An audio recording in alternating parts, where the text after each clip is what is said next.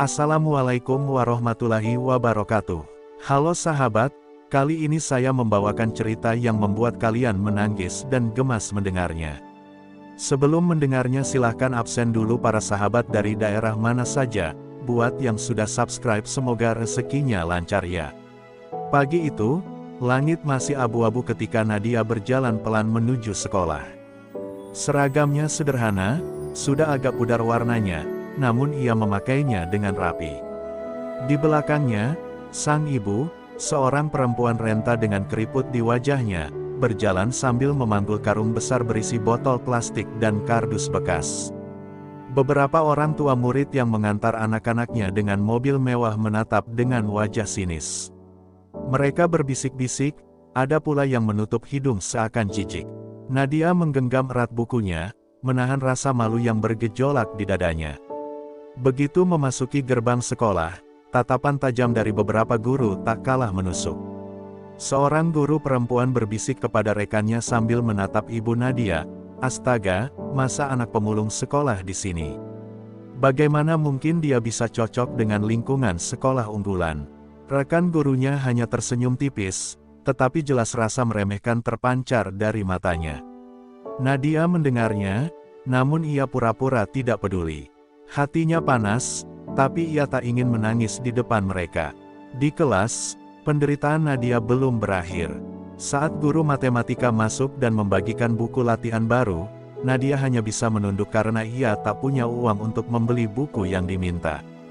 Sang guru menatapnya tajam lalu berkata lantang, "Kamu selalu jadi beban, Nadia. Anak-anak lain bisa mengikuti aturan, kenapa kamu tidak? Apa karena ibumu sibuk mengais sampah sampai tak bisa membelikanmu buku?" Tawa kecil terdengar dari beberapa teman sekelas, membuat wajah Nadia semakin memerah menahan malu. Sepulang sekolah, Nadia duduk di bangku taman sekolah, menunggu ibunya datang menjemput. Suara tawa anak-anak lain yang dijemput dengan mobil pribadi membuat hatinya terasa semakin kecil. Ia memandang ujung sepatunya yang mulai sobek. Air matanya hampir jatuh, tapi cepat ia usap. Di tengah rasa sakitnya, ia selalu ingat pesan ibunya, "Nak, jangan pernah merasa hina. Orang merendahkan kita karena mereka tidak tahu betapa kerasnya kita berjuang." Namun di dalam hati kecilnya, Nadia tak bisa membohongi diri. Ia lelah menjadi bahan ejekan, lelah menahan hinaan, dan lelah melihat ibunya bekerja keras hanya untuk sekadar menyekolahkannya. Malam-malam ia sering menangis diam-diam, bertanya kepada Tuhan, mengapa hidupnya harus seberat ini. Tetapi setiap kali melihat wajah ibunya yang penuh kasih, ia kembali menguatkan diri, berjanji untuk bertahan, apapun yang terjadi. Hari itu berakhir dengan langkah berat. Ia berjalan pulang sambil menenteng tas lusuhnya, sementara ibunya memikul karung yang lebih berat dari tubuhnya sendiri. Di sepanjang jalan, Nadia berjanji dalam hati, "Aku akan buktikan, mereka salah menilai aku hanya karena pekerjaan ibu. Suatu hari, mereka akan melihat siapa sebenarnya diriku." Ia tidak tahu, janji itu akan segera terwujud lebih cepat daripada yang ia bayangkan. Keesokan harinya, Nadia masuk sekolah dengan hati yang masih berat. Ia berjalan melewati koridor panjang yang dipenuhi anak-anak berseragam rapi dengan sepatu mengkilap. Saat melihatnya, beberapa murid berbisik dan menutup mulut sambil tertawa. "Itu dia anak pemulung," kata salah satu murid laki-laki dengan suara cukup keras. Tawa pun pecah, dan Nadia hanya bisa menunduk semakin dalam. Hatinya bergetar, ingin marah, tapi ia tahu tak ada gunanya melawan. Di dalam kelas, ejekan itu semakin menjadi. Seorang teman perempuan yang dikenal anak guru dengan sengaja menjauhkan bangkunya dari bangku Nadia. "Maaf ya, aku takut bajuku nanti bau sampah," katanya dengan nada merendahkan. Kata-kata itu disambut tawa seluruh kelas. Nadia menelan ludahnya sendiri, menahan air mata yang hampir jatuh. Ia merasa seolah-olah sendirian di tengah kerumunan orang yang menertawakannya. Guru pun tidak banyak membantu. Saat pelajaran bahasa Indonesia, Nadia mencoba menjawab pertanyaan dengan suara pelan. Bukannya mendapat pujian, gurunya justru berkata dengan sinis, "Kalau mau pintar, jangan hanya belajar mengais sampah dengan ibumu. Kata-kata itu menghantam keras seperti palu di dada Nadia. Murid-murid lain kembali tertawa, dan suasana kelas semakin terasa seperti neraka baginya. Ketika bel berbunyi tanda pulang sekolah, Nadia berlari keluar kelas secepat mungkin. Ia tak ingin ada yang melihat air matanya. Di pojok halaman sekolah, ia mendapati ibunya sudah menunggu dengan karung lusuh di punggung. Sementara murid lain disambut sopir pribadi atau orang tua dengan mobil mewah, Nadia berjalan dengan ibunya yang berpeluh keringat. Namun, justru di situ ia merasakan kasih yang tak pernah ia temukan dari siapapun, genggaman tangan hangat seorang ibu yang rela menanggung hinaan demi masa depan anaknya. Dalam perjalanan pulang, Nadia menggenggam erat tangan ibunya dan berkata dengan suara lirih, "Bu, aku kuat kok, walaupun sakit." Ibunya menoleh, tersenyum dengan mata berkaca-kaca, lalu membelai rambut putrinya. "Nak, biarkan mereka menghina. Suatu hari nanti, mereka akan melihat betapa berharganya dirimu. Ingat, harga diri kita tidak ditentukan oleh pekerjaan ibu, tapi oleh doa dan kerja kerasmu." Kata-kata itu menusuk hati Nadia, menyalakan api kecil yang mulai tumbuh menjadi semangat besar dalam dirinya. Hari-hari terus berjalan dengan penuh kepedihan. Setiap kali Nadia melangkah masuk ke kelas, rasa takut dan malu selalu membayanginya.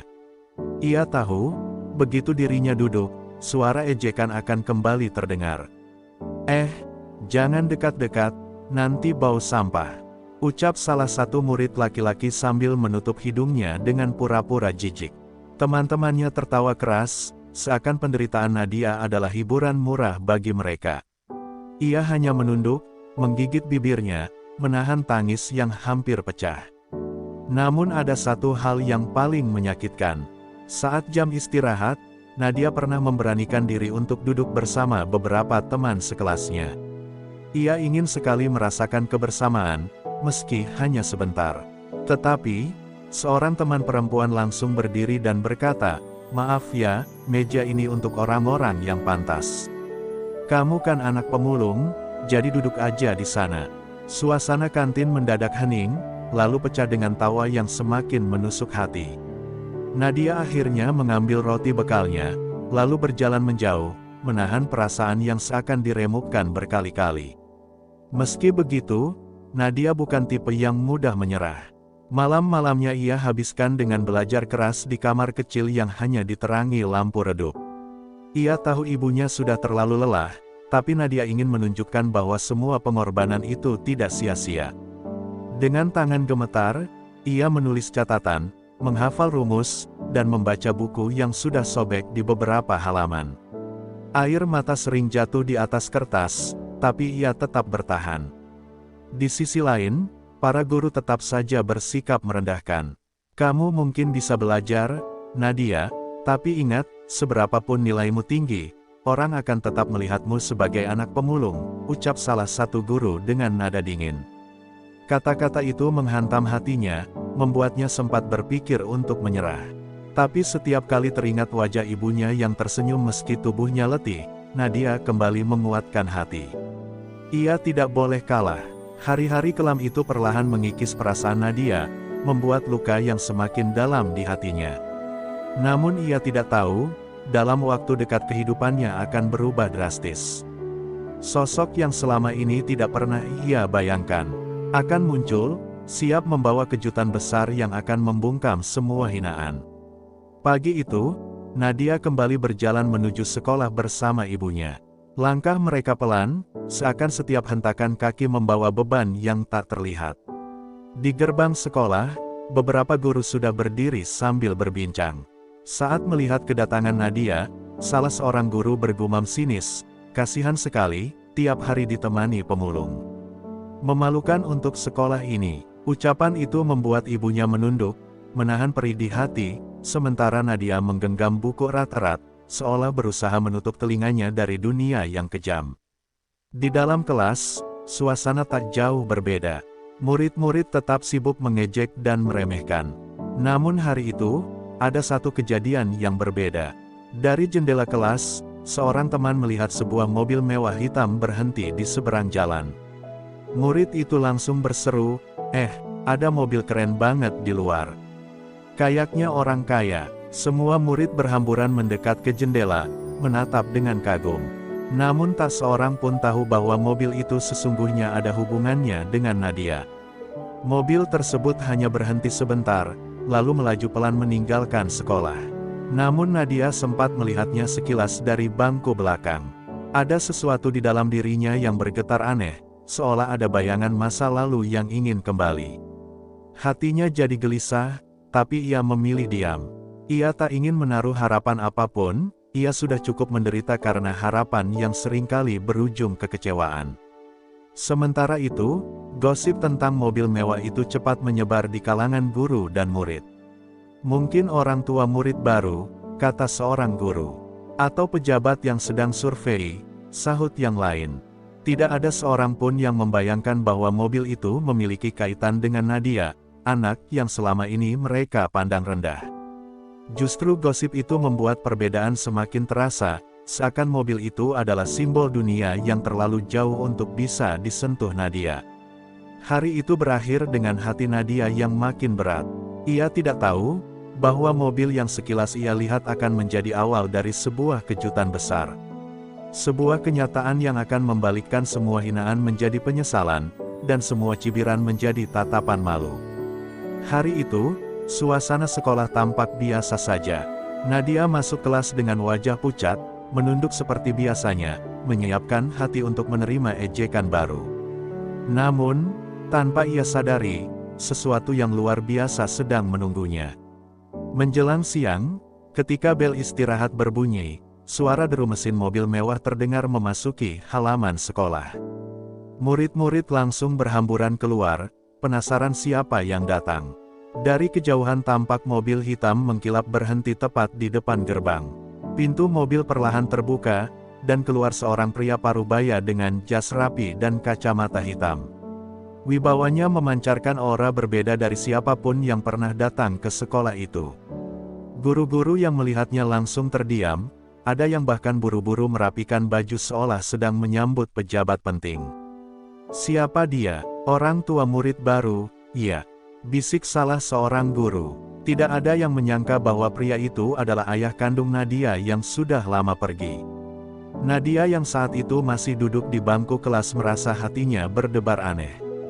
Ia tak tahu mengapa dirinya merasa terikat pada sosok asing itu.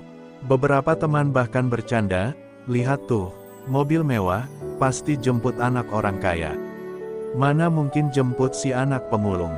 Tawa pun pecah lagi, membuat dada Nadia semakin sesak. Ia memilih tetap diam, tidak tahu bahwa takdir sebentar lagi akan menjungkir balikkan keadaan. Pria itu melangkah tegas melewati halaman sekolah, lalu berhenti tepat di depan pintu kelas Nadia. Semua murid menahan napas, guru pun ikut kebingungan. Dengan suara tenang tapi berwibawa, pria itu berkata, "Apakah di sini ada siswi bernama Nadia?" Seluruh ruangan langsung hening. Mata semua orang serentak menoleh pada Nadia yang duduk di pojok, wajahnya pucat pasi, jantungnya berdegup tak karuan. Seisi kelas terkejut, tidak percaya dengan apa yang baru mereka dengar. Guru yang selama ini merendahkan Nadia seketika membisu, murid-murid yang sering menertawakannya hanya bisa melongo. Di hadapan semua orang, pria berwibawa itu tersenyum hangat pada Nadia. "Ayo, nak, pulang bersama ayah." Dunia seakan berhenti berputar. Hinaan yang selama ini menimpa Nadia seketika runtuh, berubah menjadi rasa malu yang menyesakkan dada para penghina. Suasana kelas mendadak berubah hening. Semua murid dan guru terpaku menatap sosok pria berwibawa itu yang berdiri tegak di depan pintu. Tatapannya lembut, namun penuh keyakinan saat memandang Nadia. Sementara itu, Nadia sendiri gemetar, tidak percaya bahwa lelaki itu benar-benar datang menjemputnya. Jantungnya berdegup kencang, seolah tak mampu menahan beban emosi yang bercampur antara kaget, bingung, dan haru. Seorang guru yang terkenal paling sering menghina Nadia berusaha menutupi keterkejutannya. Dengan suara bergetar ia bertanya, Maaf, Bapak siapa? Apakah benar sedang mencari Nadia?" Pria itu tersenyum tipis, lalu menjawab tenang, "Saya ayahnya. Saya datang untuk menjemput putri saya." Seketika, wajah para guru memucat. Murid-murid pun saling pandang, tak percaya bahwa gadis yang selama ini mereka hina ternyata memiliki ayah yang begitu terpandang. Nadia perlahan berdiri. Langkahnya terasa berat saat berjalan menuju ayahnya, seolah tak yakin semua ini nyata. Murid-murid yang tadi menertawakannya kini hanya bisa terdiam, bahkan ada yang menunduk malu. Saat Nadia tiba di hadapan ayahnya, pria itu dengan penuh kasih mengusap kepalanya. "Maafkan ayah, baru datang sekarang, nak. Mulai hari ini, kamu tidak sendirian lagi," ucapnya lirih namun penuh ketegasan. Kata-kata itu membuat Nadia tak kuasa menahan air mata yang akhirnya jatuh deras di pipinya. Dengan penuh wibawa, sang ayah menggandeng tangan Nadia keluar kelas. Semua mata mengikuti mereka, menyaksikan momen yang seakan membalikkan seluruh keadaan. Dari balik jendela, tampak mobil mewah hitam itu sudah menunggu, pintunya terbuka lebar seakan memberi penghormatan khusus. Ketika Nadia melangkah masuk ke mobil bersama ayahnya, para guru dan murid hanya bisa terdiam kaku, wajah mereka dipenuhi rasa malu dan penyesalan. Hari itu menjadi titik balik dalam hidup Nadia. Semua hinaan yang pernah ia terima runtuh begitu saja di hadapan satu kenyataan, ia bukan hanya anak seorang pemulung, tetapi juga putri dari seorang ayah berwibawa yang peduli padanya. Namun yang paling penting bagi Nadia, bukanlah kemewahan mobil atau status sang ayah, melainkan pelukan hangat dan kebanggaan terhadap ibunya yang selama ini menjadi sumber kekuatannya. Dalam diam, ia berjanji, "Aku akan tetap rendah hati, dan suatu hari mereka akan tahu siapa sebenarnya aku." Keesokan harinya, suasana sekolah terasa berbeda. Sejak pagi, bisik-bisik tak henti terdengar di setiap sudut koridor. Semua murid membicarakan tentang kejadian kemarin, saat Nadia dijemput oleh seorang pria berwibawa dengan mobil mewah. Mereka yang dulu paling keras menertawakannya kini memilih diam, bahkan sebagian menunduk saat Nadia lewat. Tatapan sinis yang dulu menghantamnya kini berganti dengan rasa malu yang menyesakkan. Para guru pun tak kalah gelisah. Guru yang paling sering menghina Nadia tidak bisa tidur semalaman, wajahnya pucat saat masuk kelas. Ia teringat jelas bagaimana dirinya merendahkan Nadia di depan semua murid, padahal ternyata siswi itu adalah anak dari pria yang begitu terpandang. Dalam hatinya ia menyesal, tapi gengsi membuatnya sulit meminta maaf. Ia hanya bisa menatap Nadia sekilas, lalu buru-buru mengalihkan pandangan. Dengan wajah menegang, Nadia sendiri datang ke sekolah dengan langkah yang sama sederhana seperti biasanya. Ia tidak menampilkan kesombongan, meski kini semua orang memperlakukannya berbeda. Justru ia semakin menunduk, seakan tidak ingin membuat siapapun merasa terhina. Tapi di balik kelembutannya, ada cahaya baru yang menyala di matanya, cahaya seorang gadis yang akhirnya menemukan keberanian untuk tidak lagi dipandang rendah. Di kelas, suasana hening saat Nadia masuk. Tak ada lagi suara tawa yang mengejek, hanya keheningan penuh rasa bersalah. Beberapa murid yang dulu pernah menghinanya kini mencoba bersikap ramah, "Nadia, kalau mau duduk sama kita, sini," namun Nadia hanya tersenyum kecil dan tetap duduk di bangkunya sendiri. Senyum itu sederhana, tapi justru membuat mereka semakin malu karena teringat bagaimana kejamnya mereka dulu. Hari itu menjadi pelajaran berat bagi seluruh sekolah. Mereka sadar bahwa tidak ada seorang pun yang pantas dihina hanya karena latar belakang keluarganya. Namun, bagi Nadia, semua itu hanyalah awal dari perjalanan panjangnya. Ia tahu bahwa luka yang pernah dibuat oleh kata-kata tidak akan hilang begitu saja. Meski begitu, ia memilih untuk melangkah maju, dengan hati yang lebih kuat daripada sebelumnya.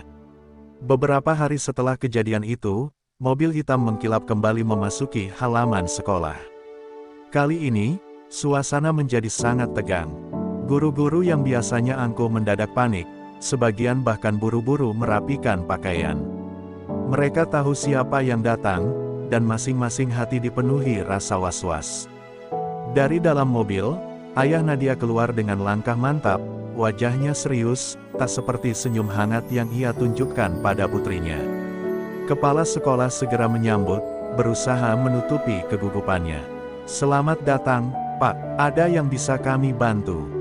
tanyanya dengan suara bergetar. Ayah Nadia menatapnya dalam-dalam, lalu berkata tegas, "Saya datang bukan untuk basa-basi. Saya ingin berbicara tentang bagaimana kalian memperlakukan anak saya." Kata-kata itu membuat seisi ruangan yang ikut mendengar terdiam, seakan udara mendadak membeku. Beberapa guru yang dulu sering menghina Nadia menunduk, wajah mereka memerah menahan malu. Ayah Nadia melanjutkan, "Saya mungkin baru hadir dalam hidup putri saya, tapi saya tidak akan tinggal diam jika ada yang merendahkannya hanya karena ibunya bekerja keras. Apakah pekerjaan seorang pemulung begitu hina di mata kalian? Bukankah justru dari tangan orang seperti itu, kota ini bisa tetap bersih?" Suaranya bergetar, penuh emosi dan kebenaran yang tak bisa dibantah. Kepala sekolah tak bisa berkata-kata. Guru-guru hanya bisa saling pandang, merasa tertampar oleh kenyataan. Mereka ingat betul hinaan yang pernah mereka lontarkan pada Nadia dan ibunya, kini terasa seperti cambuk yang kembali memukul diri mereka sendiri. Tidak ada yang berani bersuara, karena semua kata sudah tak berguna di hadapan kenyataan yang diungkapkan ayah Nadia. Di luar ruangan, Nadia berdiri diam, mendengar setiap kata yang keluar dari mulut ayahnya. Air matanya mengalir tanpa bisa ditahan. Bukan karena malu, tapi karena akhirnya ada seseorang yang berdiri membelanya dengan lantang di depan semua orang. Untuk pertama kalinya, ia merasa tidak sendirian. Dan di balik pintu itu, sebuah kebenaran mulai membuka mata banyak orang, bahwa harga diri manusia tidak pernah ditentukan oleh pekerjaan, melainkan oleh ketulusan hati dan perjuangan hidupnya. Setelah kejadian ayahnya menegur pihak sekolah, suasana mulai berubah. Guru-guru yang dulu merendahkan Nadia kini lebih berhati-hati, meski rasa bersalah masih terus menghantui mereka. Murid-murid pun tidak lagi berani terang-terangan mengejek, meski bisik-bisik masih terdengar sesekali. Namun, bagi Nadia, itu bukan akhir dari perjuangan. Ia tahu hanya satu, cara untuk benar-benar membungkam hinaan, dengan membuktikan dirinya melalui prestasi. Hari-hari berikutnya, Nadia semakin giat belajar. Malam-malam panjang ia habiskan dengan menekuni buku-buku pelajaran, sementara ibunya duduk di sampingnya, memberi semangat meski tubuhnya letih. Ia ingin membuktikan bahwa pengorbanan ibunya tidak sia-sia. Rasa sakit yang dulu ia pendam kini berubah menjadi bahan bakar untuk melangkah lebih jauh.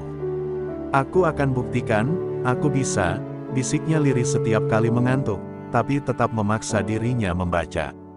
Saat ujian tengah semester tiba, banyak murid mengeluh karena soal terasa sulit. Namun Nadia mengerjakannya dengan penuh keyakinan. Tangannya bergerak cepat, matanya fokus, seakan semua perjuangan selama ini dituangkan di atas kertas. Guru-guru yang mengawasi bahkan sempat terdiam melihat kesungguhan siswi yang dulu mereka anggap tak punya masa depan. Ada sesuatu yang berbeda dari tatapan Nadia, bukan lagi tatapan penuh ketakutan, melainkan tekad yang membara. Beberapa minggu kemudian, hasil ujian diumumkan. Suasana aula sekolah riuh dengan bisikan. Ketika papan pengumuman dibuka, semua mata terbelalak, nama Nadia terpampang di urutan pertama, dengan nilai tertinggi di seluruh angkatan. Murid-murid terdiam, sebagian bahkan ternganga tak percaya. Guru-guru yang dulu sering menghina hanya bisa menunduk, merasakan tamparan keras dari kenyataan yang tak bisa mereka sangkal. Nadia berdiri di antara kerumunan, memandang hasil ujiannya dengan mata berkaca-kaca. Ia tidak meloncat kegirangan, tidak pula membanggakan diri. Ia hanya tersenyum kecil, lalu berbisik dalam hati, "Ini semua untuk ibu. Semua untuk membuktikan bahwa anak pemulung bisa berdiri di puncak, bukan karena harta, tapi karena kerja keras dan doa." Dan di balik senyum itu, sebuah babak baru pun dimulai, babak di mana Nadia perlahan mengubah pandangan dunia tentang dirinya. Hari-hari Nadia di sekolah akhirnya berubah total. Dari seorang gadis yang dulu dipandang rendah, kini ia menjadi sosok yang dikagumi karena kecerdasannya dan kekuatan hatinya. Para guru yang dulu meremehkan, satu persatu mulai menunjukkan rasa hormat, bahkan ada yang secara langsung meminta maaf atas ucapan mereka di masa lalu. Murid-murid yang dulu mengejek, kini justru mendekat untuk sekadar meminta bantuan belajar. Semua itu membuat Nadia semakin yakin bahwa hinaan tidak bisa menghentikan langkah seseorang yang memiliki tekad dan doa. Nadia tidak pernah melupakan ibunya. Setiap kali ia berhasil meraih prestasi, ibunya adalah orang pertama yang dipeluknya. Meski ayahnya kini hadir kembali dalam hidupnya, baginya sang ibu tetaplah pahlawan sejati. Dari tangan yang kasar dan tubuh yang letih, lahir kekuatan yang membuat Nadia mampu bertahan melewati semua luka. Ia bangga memiliki ibu seorang pemulung, karena dari sanalah ia belajar arti kerja keras dan ketulusan. Waktu pun berjalan, dan kini nama Nadia dikenal bukan hanya di sekolahnya, tetapi juga di luar. Ia menjadi inspirasi banyak orang, terutama anak-anak dari keluarga sederhana yang sering dipandang rendah. Kehidupan Nadia menjadi bukti bahwa masa depan bukan ditentukan oleh latar belakang, tetapi oleh perjuangan, keyakinan, dan doa yang tak pernah putus. Kisah ini mengajarkan kita semua, jangan pernah menilai seseorang dari penampilan atau asal-usul keluarganya. Setiap orang memiliki potensi dan harga diri yang harus dihargai. Siapa tahu, orang yang kita remehkan hari ini justru kelak menjadi sosok yang paling kita kagumi. Hinaan hanyalah bayangan, tapi doa dan usaha adalah cahaya yang akan selalu menang pada akhirnya. Terima kasih kepada semua penonton YouTube yang sudah mengikuti cerita ini sampai akhir. Semoga kisah Nadia memberi pelajaran berharga, menguatkan hati yang sedang diuji, dan menumbuhkan rasa hormat kepada setiap orang tanpa memandang latar belakang. Saya berdoa semoga kita semua selalu diberi kesehatan, kekuatan dalam menghadapi cobaan, dan rezeki yang berkah. Jangan lupa untuk terus mendukung channel ini dengan like, komen, share, dan subscribe agar semakin banyak cerita inspiratif yang bisa kita bagi bersama.